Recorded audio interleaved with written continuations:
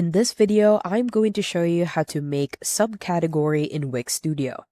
After successfully logging in into your Wix Studio account and being able to access the dashboard, the first step is to go to the navigation panel on the left-hand side, and below you just want to simply hover onto Catalog.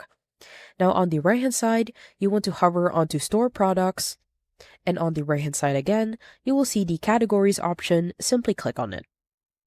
Now from the categories page, you will see all of the categories that you have, and to create a subcategory, you want to create a new category first. To do that, head over to the top and the right hand side and simply click on new category, and you can name this into however you want it to be. You can even add a header image, description, and footer, and once that's done, head over to the top and the right hand side and then just simply click on save.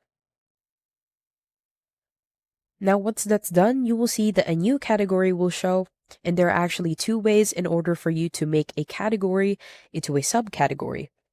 The easiest way is to head over to the 10 dots on the left hand side, simply hold and then drag onto the right hand side. You will see that if you hold and then drag to the left and the right, there will be a gray indication at the back of the category, letting you know onto where you can place the category.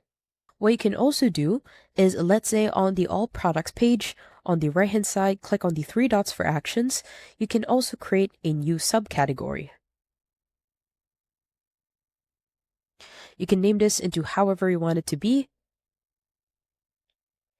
And as you can see, it will automatically be saved as a subcategory. You can also change this into a category instead of a sub, and then you can just simply hold and drag the names into however you want it to be. And that's about it. That's how to make subcategory in Wix Studio. If you have any questions, please let me know down in the comments below, and I will do my best to help you out.